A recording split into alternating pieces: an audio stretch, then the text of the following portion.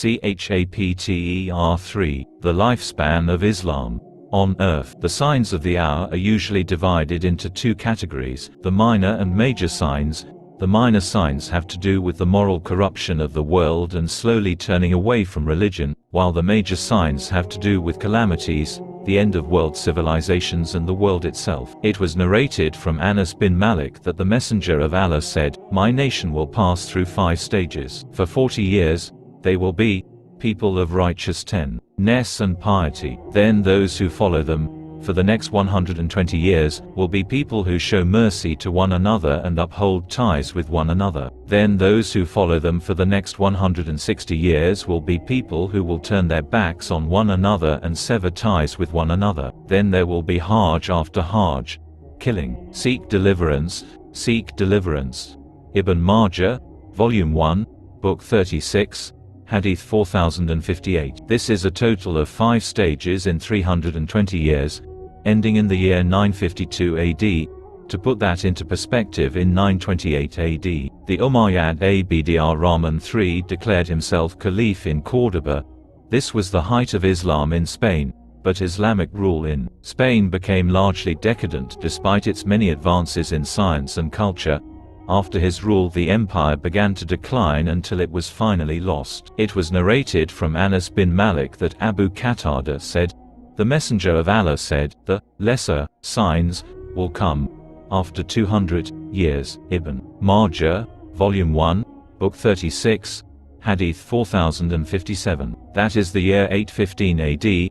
This is around the time when the Mutazilite controversy over whether the Quran is created or uncreated and eternal began. It was a major controversy that led to the persecution of many scholars due to the Mutazilite extremism. 670 AD, the first 40 years of righteousness and piety was under the Khalifa al-Rashidin.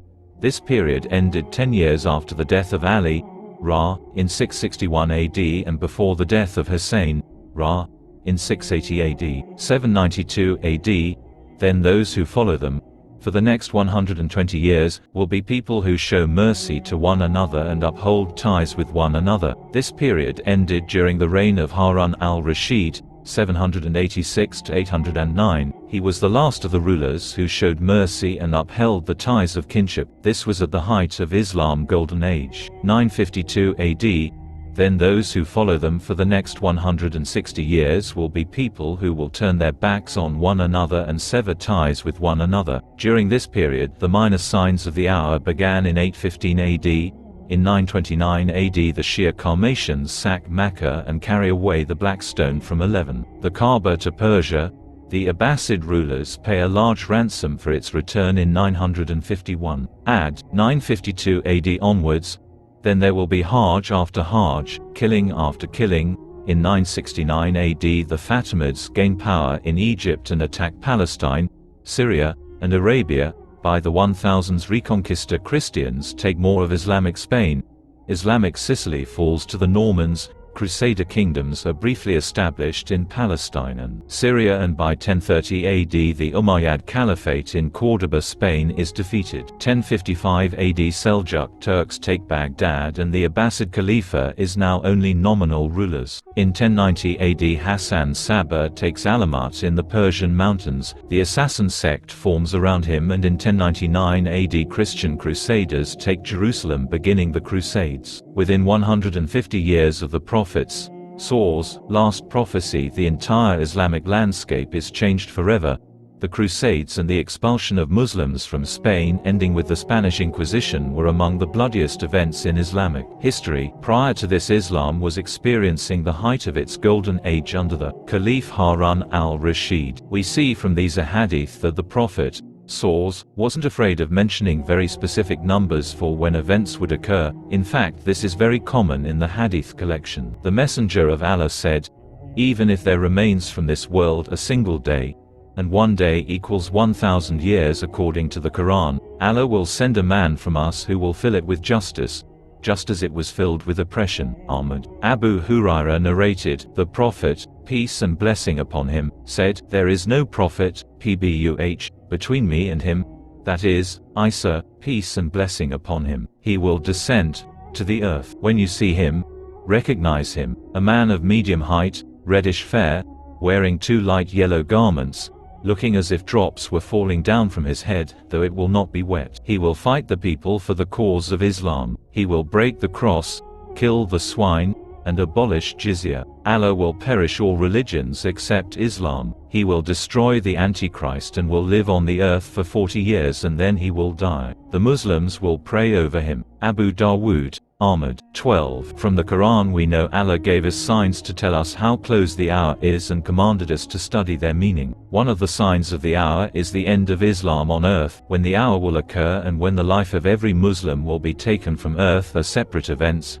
No one can know the hour, but we can know everything before it. Here in the following hadith Isa, A.S. and all the prophets affirm none can know the hour, but all agree we should look for its sign. Ibn Mas'ud related that the Messenger of Allah said, "During my night journey, I met Ibrahim, Musa, and Isa. They were discussing the matter of the hour, and they referred the matter to Ibrahim, who said, I have no knowledge regarding it, i.e. its time. Next, they referred the matter to Musa, who said, I have no knowledge regarding it, i.e. its time. Then they referred the matter to Isa, who said, as for its time, no one has knowledge thereof except Allah. But from what my Lord, Azza wa Jal, to him belongs might and majesty, inspired to me is that the Dajjal will come out, and with him he will have 2 rods. When he sees me, he will melt like lead melts. Allah will destroy him when he sees me. Of his miracles is, even a rock and a tree will say, O Muslim, underneath me is a kafir, disbeliever, so come and kill him. He said, then Allah, Azza wa Jal, to him belongs might and majesty, will destroy them, the followers of the Dajjal. Then the people will return to their countries and homelands. At that juncture, Yajuj and Majuj, Gog and Magog, will come out, racing quickly from every land that is elevated. They will lay foot on their countries, eating everything they come across and drinking all water that they come across. Then people will come, complaining, I will invoke Allah against them, Yajuj and Majuj, and he will destroy them and cause them to die until the earth is filled with their putrid odor. Allah will send rain down, drown their corpses, and throw them into the sea. And from what my Lord inspired to me is that when that will happen, the hour will be like a pregnant woman whose term is due. The people remaining will not know when it will take them by surprise. Ahmad Ibn Majah related the same narration through a different chain. Ibn Kathir in Al-Bidayah wa Nihaya. 13. Among the ahadith of the hour is the disappearance of Islam from earth. In many ahadith we are given a specific year of when this will occur, just like the Prophet, source, mentioned very literally what year the minor signs would begin in. These ahadith are found in the Sahih of Imam Bukhari, the Sunan of Abu Dawood, the Jami of Tirmidhi and other hadith collections. There are a number of ahadith which talk about the length of the Muslim community's period on earth. When you compare these ahadith with the signs of the hour we are now seeing, you will see the time we are living in, and these events are on the same time frame. All ulama in the Muslim world agree that the minor signs of the hour have been fulfilled and we are living in the final phase of this world waiting for the major signs. As Ibn Kathir stated, the first major sign is the coming of Imam Mahdi. The Prophet, may Allah bless him, said, when my community keeps on the right, it is going to enjoy an age of 1 day, 1,000 years, and when it does not keep on the right, it will have an age of a further half a day, 500 years. Jami al-Bayan by al-Tabari, Tafsir of Surat al-Asr. This is possibly also in reference to the ahadith in Bukhari about the age of this ummah that mention the Asr prayer, quoted later in this work. In another version, the Prophet, source, said, if my community keeps on the right, it is going to enjoy an age of 1 day, 1,000 years, and if it becomes corrupt, it will have an age of half a day after that, meaning rather than having 2 days, the second day will be cut in half. Shaykh al-Islam al-Manawi cites it in Faid al-Qadir from Shaykh Mahi al-Din ibn Arabi. Allah said in the Holy Quran, and 1 day according to Allah's estimation is 1,000 years according to yours. Quran 22:47. Therefore 1.5 days is 1,500 years. We are currently in the year 1437 Hijra. A scholar said regarding these ahadith, thus the Islamic community of the right way would flourish for 1,000 years and the community in decline would last for another 500 years. For the first millennium of Islamic civilization, the Muslims were favored by Allah with an advancement unparalleled before or after. Muslims were at the forefront of not only religious development but 14. Also were the world's leading researchers, physicians, chemists, astronomers, botanists, philosophers, and architects. Muslims were the shining lights that illuminated Europe and touched off the Renaissance. After its first millennium, a gradual yet definite decline began within the Ummah, which has continued until our present time. As the Muslims have wandered away from the way of the Prophet, PBUH, and Allah's heavenly message of Islam, the divine blessings and support have similarly diminished. Miraculously, the Prophet,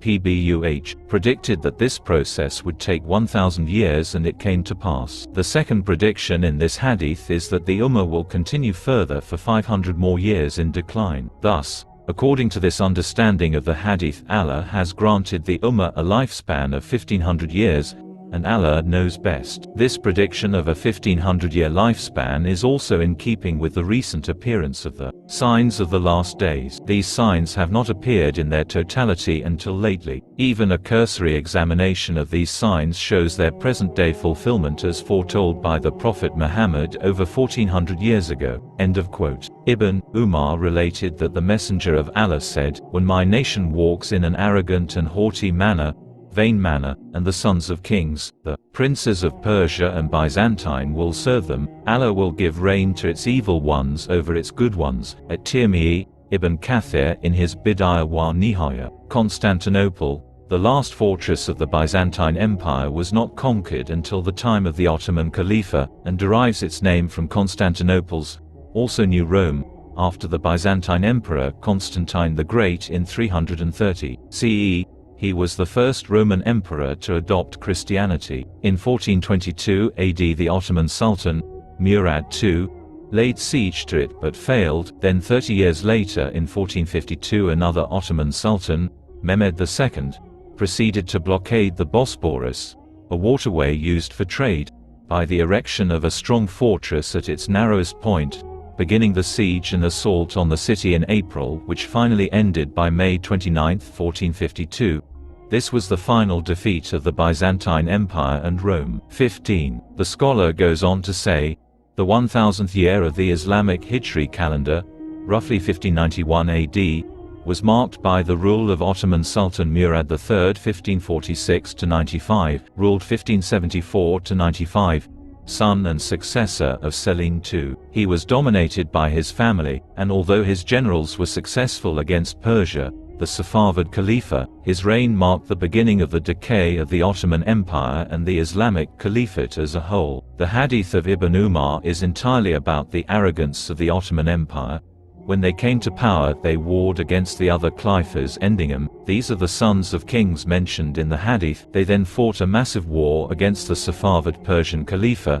These are the princes of Persia. And finally they conquered and ended the Byzantine Empire with the conquest of its last city, Constantinople, all out of conquest and love for wealth. The Muslim Ummah under the Ottomans began to walk in a haughty, vain manner, and roughly 140 years after the hadith, in the 1000th year of Islam, Allah allowed the evil ones in the community to dominate those who are good among this Ummah. These are the events that marked and began the decline of the Muslim Ummah for its last 500 years. If we recall the different Islamic dynasties, the Prophet of Allah said, "After me will come caliphs, and after the caliphs will come princes, and after princes there will be kings, and after the kings there will be tyrants." Tabarani. The princes eventually became kings. This relates to the Prophet's source statement that eventually the Ummah will walk in a haughty, vain manner as kings walk upon this earth.